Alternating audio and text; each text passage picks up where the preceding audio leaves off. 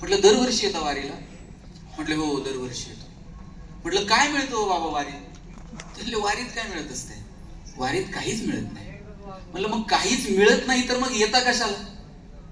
त्या बाबांचं उत्तर होतं, ते म्हटले वारीत मिळत काहीच नाही, पण वारीत कमी पण काहीच पडत नाही. म्हटलं तुम्ही बघा, ही जी पिढी जगली ना आपल्या पाठीमागची, तर ह्या पिढीच्या सगळ्या संकल्पना वेगळ्या आहेत सुखाच्या.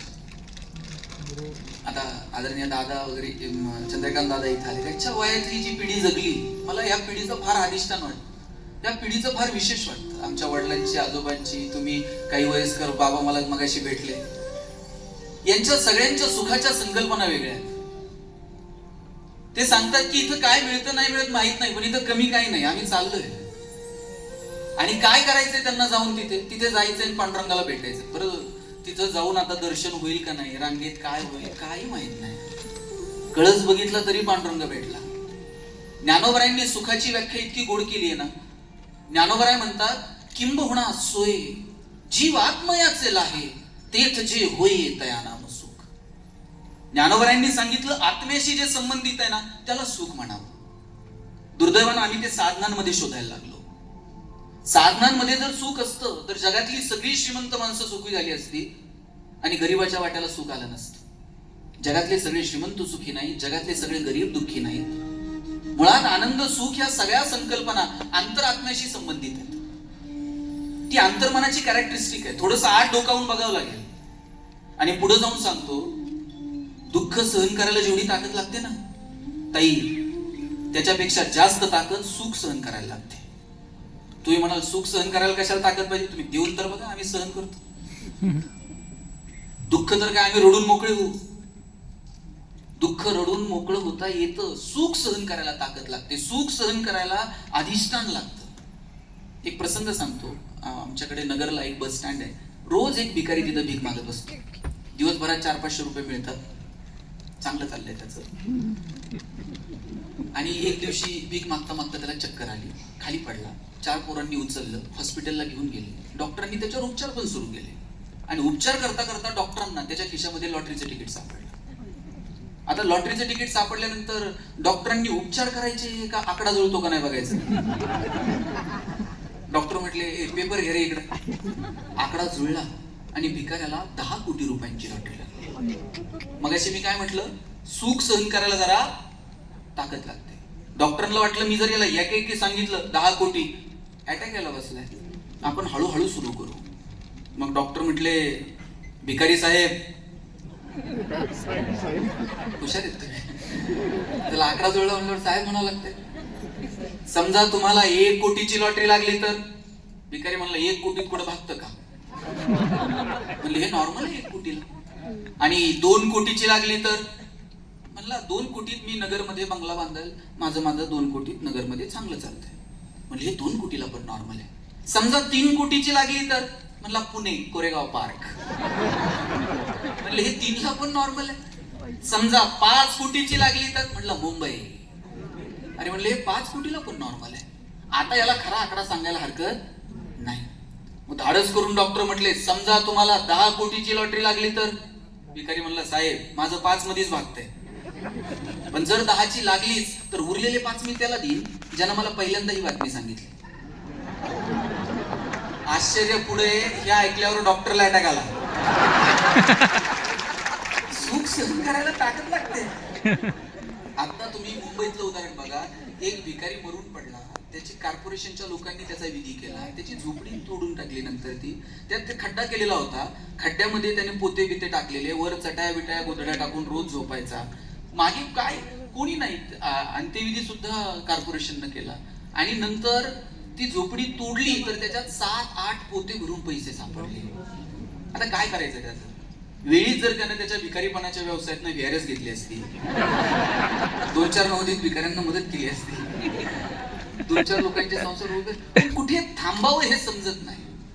आणि कुठे थांबावं, कुठे स्वल्पविराम आहे, कुठे थांबायचं आपल्या हातात नाहीच आहे.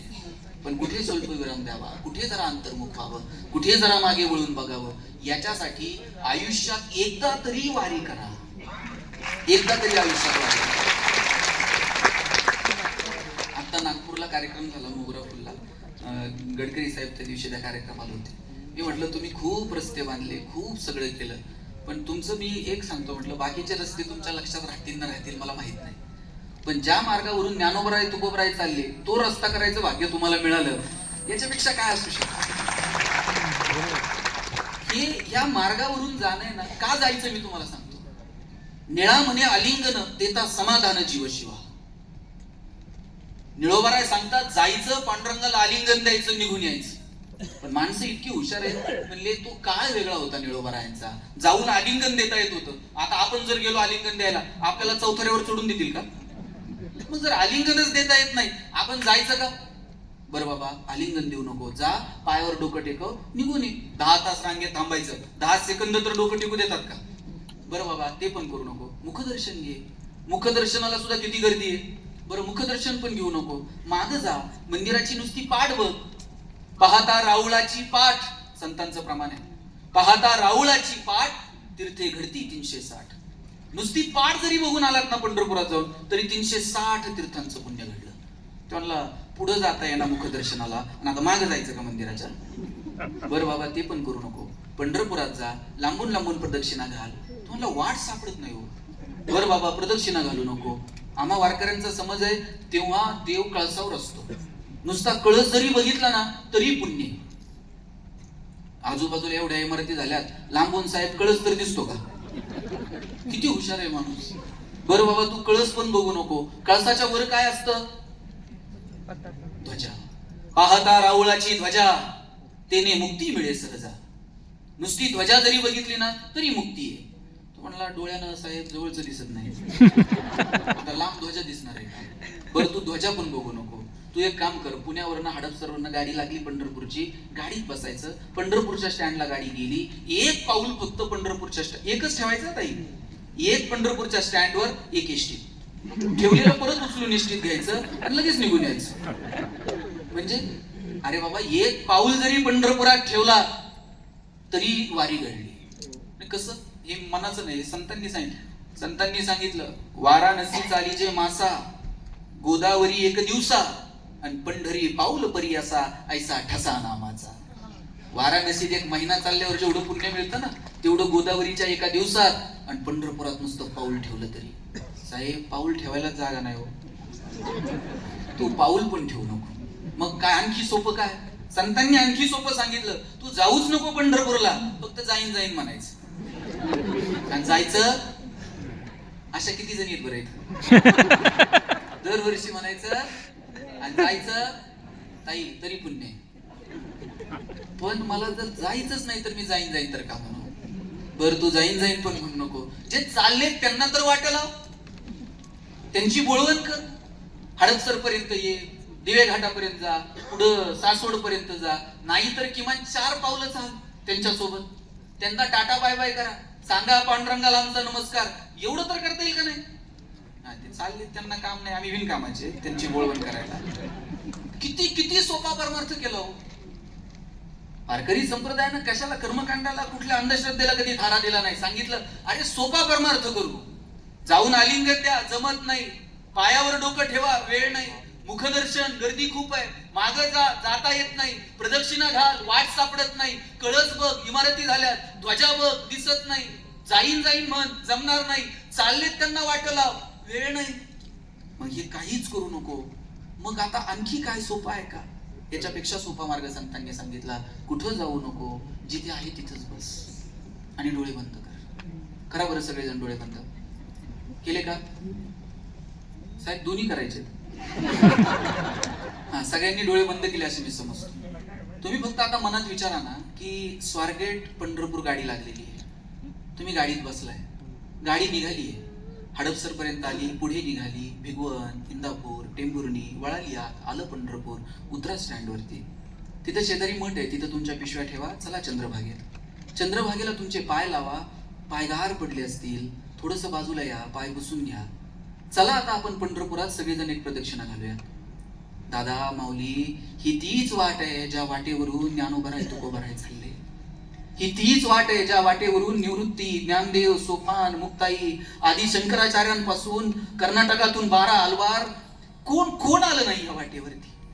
शंकराचार्य आले, पांडुरंगाच्या प्रेमात पडले आणि पांडुरंगाष्टक लिहिलं. याच वाटेवरनं चालायचं भाग्य तुम्हाला मिळालंय. एक प्रदक्षिणा घाला, खांद्यावरती भगवी पताका घ्या. निवृत्ती, ज्ञानदेव, सोपान, मुक्ताई, जय जय विठोबा रुखमाई, सगळं पंढरपूर तुमची वाट बघतंय. प्रदक्षिणा घालत घालत तुम्ही या आता मंदिराच्या समोर. इथं नामदेव पायरी आहे, तिच्यावर डोकं टेकवा. या थोडस पुढं चोखोबा महाराजांची समाधी आहे, तिथे नतमस्तक व्हा.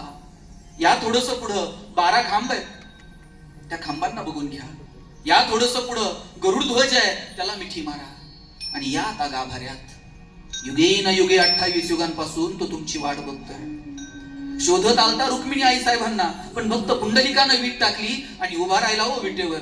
कमरेवर हात देऊन त्याच्या पायावरती डोकं टेकवा आणि बघावर उघडा डोळे.